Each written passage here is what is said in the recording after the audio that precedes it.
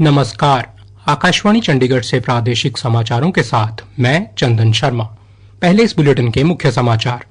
हरियाणा के शहरी स्थानीय निकायों में चुने गए 10 नए महापौर, 28 नगर पालिका व नगर परिषद के प्रधानों व 687 पार्षदों को पद और गोपनीयता की शपथ दिलाई गई। मुख्यमंत्री नायब सिंह सैनी ने नगर पालिका शिकायत पंजीकरण ई समाधान पोर्टल और ई समाधान मोबाइल ऐप जारी की। मुख्यमंत्री ने नगर निकायों को 587 करोड़ रुपए की राशि स्थानांतरित की और सभी से प्रदेश के विकास के लिए पूरी ईमानदारी और पारदर्शिता से काम करने का आह्वान किया। अंबाला छावनी के अटल कैंसर केयर केंद्र में ट्यूमर बोर्ड का गठन किया गया और असम की गुवाहाटी में हुई पहली अंडर 23 बास्केटबॉल प्रतियोगिता में हरियाणा ने पंजाब की टीम को हराकर स्वर्ण पदक जीता। अब समाचार विस्तार से। आज हरियाणा के शहरी स्थानीय निकायों में चुने गए नए 10 महापौर, 28 नगर पालिका व नगर परिषदों के प्रधानों व 687 वार्डों के पार्षदों को पंचकूला में आयोजित समारोह में पद गोपनीयता की शपथ दिलाई गई। समारोह में मुख्यमंत्री नायब सिंह सैनी, प्रदेश अध्यक्ष मोहनलाल बड़ौली, स्थानीय शहरी निकाय मंत्री विपुल गोयल, परिवहन मंत्री अनिल विज सहित अन्य कई गणमान्य व्यक्ति शामिल हुए। इस अवसर पर मुख्यमंत्री नायब सिंह सैनी ने नगर पालिका शिकायत पंजीकरण ई समाधान पोर्टल और ई समाधान मोबाइल ऐप जारी की। मुख्यमंत्री ने नगर निगमों, नगर पालिकाओं और नगर परिषदों को 587 करोड़ रुपए की अनुदान राशि भी स्थानांतरित की। समारोह को संबोधित करते हुए मुख्यमंत्री ने कहा कि लोगों ने उन पर भरोसा जताया है और सभी को जनता के हितों और प्रदेश के विकास के लिए पूरी ईमानदारी और पारदर्शिता से काम करना है। मुख्यमंत्री ने कहा, एक ही जगह पर सभी चुने हुए प्रतिनिधि शपथ लिया है कि शहरी स्थानीय निकायों के चुनाव से यह सिद्ध हो गया है, प्रदेश के लोग विकास चाहते हैं, प्रदेश के लोग पारदर्शिता चाहते हैं, सुशासन चाहते हैं। आप हरियाणा प्रदेश की समृद्धि के प्रहरी हैं। मुख्यमंत्री ने कहा कि प्रदेश में ट्रिपल इंजन की सरकार बनने के बाद जिम्मेदारी और भी बढ़ गई है। उन्होंने सभी से केंद्र व प्रदेश की हर योजना को धरातल पर ले जाकर शहरों के विकास में भागीदारी सुनिश्चित करने का आह्वान किया। नायब सिंह सैनी ने कहा, आप सभी जनता के नुमाइंदे भी हैं। सरकार की विकास की योजनाओं को सफलतापूर्वक अमली जामा पहनाने का एक बड़ा दायित्व हम सब के कंधों पर है। आपकी मेहनत, लगन और दूरदर्शिता से ही शहरों के विकास को एक नई दिशा मिलेगी। हरियाणा ने हमेशा राष्ट्र के निर्माण में अहम भूमिका निभाई है। आज जब आप सभी इस नई जिम्मेवारी को स्वीकार कर रहे हैं, कल यह आवश्यक है कि आप अपनी शक्ति, अपने अधिकारों का उपयोग जनता की भलाई के लिए करें।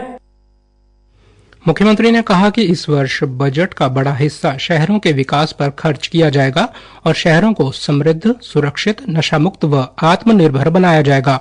उन्होंने कहा कि नगर निकायों की आमदनी बढ़ाने के लिए संसाधनों को बढ़ाना होगा। उन्होंने कहा कि स्थानीय निकाय का बजट 5,666 करोड़ रुपए रखा गया है ताकि विकास की गति को बढ़ाया जा सके। मुख्यमंत्री ने कहा कि शहरों में जल निकासी के लिए 100 करोड़ रुपए का प्रावधान किया है। इसके अलावा स्थानीय निकायों में होने वाले केंद्रीय मंत्री और मुख्यमंत्री के कार्यक्रमों, स्वतंत्रता दिवस और गणतंत्र दिवस आदि के लिए भी प्रावधान किया गया है। मुख्यमंत्री ने कहा कि सभी नगर पालिकाओं, नगर निगमों व नगर परिषदों में ई पुस्तकालय भी खोले जाएंगे। उन्होंने कहा कि स्टाफ की कमी को पूरा करने के लिए पोर्टल तैयार किया जा रहा है।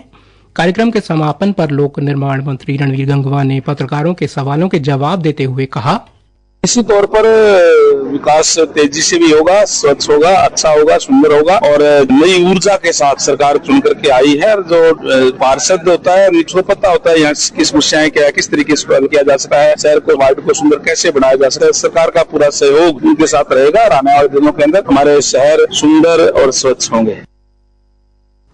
पशुपालन और डेयरी मंत्री राजीव रंजन सिंह ने कहा कि भारत दूध का सबसे बड़ा उत्पादक देश है और अगले 5 वर्षों में इसकी उत्पादक क्षमता 239 मीट्रिक टन से बढ़ाकर 300 मिलियन मीट्रिक टन करने का लक्ष्य है। लोकसभा में श्री सिंह ने बताया कि 2014 में सरकार द्वारा शुरू की गई राष्ट्रीय गोकुल मिशन के बाद से देश में दूध उत्पादन में 63.5% की वृद्धि हुई है। उन्होंने विश्वास व्यक्त किया कि अगले 3 वर्षों में उत्पादन में और 15% की वृद्धि होगी। उन्होंने ये भी बताया कि भारत में लगभग 10 करोड़ लोग दूध उत्पादन में लगे हुए हैं, जिनमें से 75% महिलाएं हैं। उन्होंने ये भी बताया कि देश में प्रति व्यक्ति दूध की खपत 471 ग्राम प्रतिदिन है। प्रादेशिक समाचार आकाशवाणी चंडीगढ़ से प्रसारित किए जा रहे हैं। हमारे बुलेटिनों और ताज़ा समाचारों के लिए आप हमारी वेबसाइट newsonair.gov.in पर लॉगिन कर सकते हैं। ये समाचार हमारे यूट्यूब चैनल और x handle Akashvani news Chandigarh पर भी उपलब्ध हैं।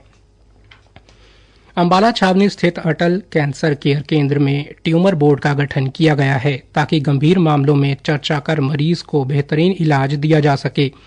अंबाला छावनी स्थित नागरिक अस्पताल के प्रधान चिकित्सा अधिकारी डॉक्टर रेनू बेरी ने कहा कि अंबाला छावनी स्थित ये अटल कैंसर केयर केंद्र पहला अस्पताल होगा जहां ट्यूमर बोर्ड मरीजों के इलाज को लेकर बैठकों का आयोजन करेगा। डॉक्टर रेनू बेरी ने बताया, अटल कैंसर केयर सेंटर के लिए ट्यूमर बोर्ड का गठन किया है। इस ट्यूमर बोर्ड में जो कॉम्प्लेक्स केसेस होते हैं जिनमें मल्टी डिसिप्लिनरी टीम्स की जरूरत पड़ती है, उसमें ये पेशेंट वाइज डिस्कशन होती है और उनके लिए बेस्ट ट्रीटमेंट प्लान को डिसाइड करा जाता है। सिविल हॉस्पिटल के लेवल पे ये हमारा पहला हॉस्पिटल है जहाँ पे ट्यूमर बोर्ड बना है और इस हफ्ते में एक दिन यानी कि हर शुक्रवार को ये बोर्ड बैठेगा। इसमें जो भी कॉम्प्लेक्स केसेस हैं वो डिस्कस होंगे। कैंसर रोग विशेषज्ञ डॉक्टर प्रगति गर्ग ने बताया कि ट्यूमर बोर्ड की बैठक का उद्देश्य मरीजों के लिए सर्वोत्तम संभव उपचार की रणनीति तैयार करना है।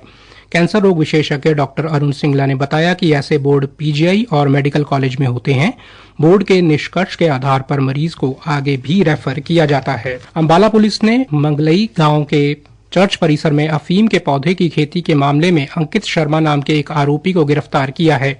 पुलिस ने आरोपी के कहने से अफीम के 80 पौधे बरामद किए हैं। पुलिस द्वारा चर्च परिसर में पौधे उखाड़ दिए गए हैं।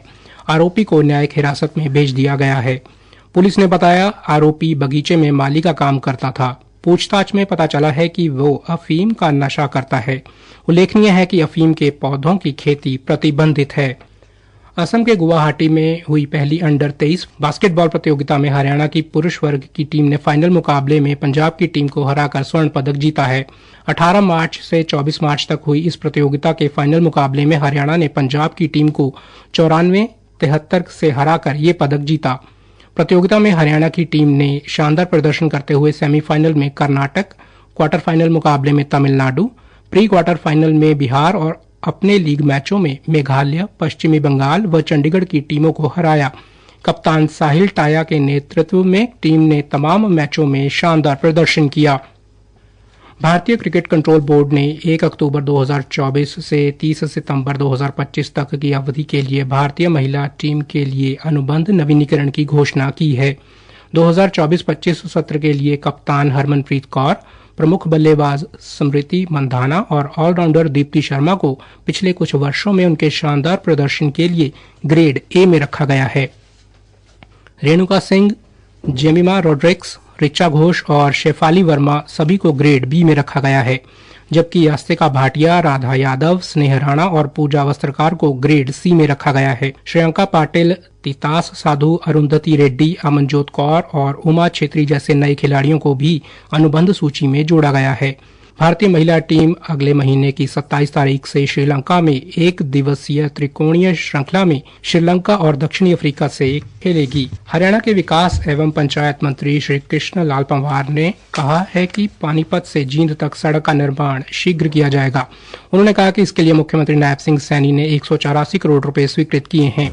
मंत्री ने कहा है कि पानीपत से दरियापुर मोड़ तक 4 मार्गीय सड़क बनाई जाएगी जो पानीपत जिले का हिस्सा रहेगी। उन्होंने कहा कि इस 4 मार्गीय सड़क के निर्माण पर 92 करोड़ रुपए खर्च किए जाएंगे। अंत में मुख्य समाचार एक बार फिर से। हरियाणा के शहरी स्थानीय निकायों में चुने गए 10 नए महापौर, 28 नगरपालिका व नगर परिषद के प्रधानों व 687 पार्षदों को पद और गोपनीयता की शपथ दिलाई गई। मुख्यमंत्री नायब सिंह सैनी ने नगरपालिका शिकायत पंजीकरण ई समाधान पोर्टल और ई समाधान मोबाइल ऐप जारी की। मुख्यमंत्री ने नगर निकायों को 587 करोड़ रुपए की राशि स्थानांतरित की और सभी से प्रदेश के विकास के लिए पूरी ईमानदारी और पारदर्शिता से काम करने का आह्वान किया। अंबाला छावनी के अटल कैंसर केयर केंद्र में ट्यूमर बोर्ड का गठन किया गया और असम की गुवाहाटी में हुई पहली अंडर 23 बास्केटबॉल प्रतियोगिता में हरियाणा ने पंजाब की टीम को हराकर स्वर्ण पदक जीता। प्रादेशिक समाचार समाप्त हुए।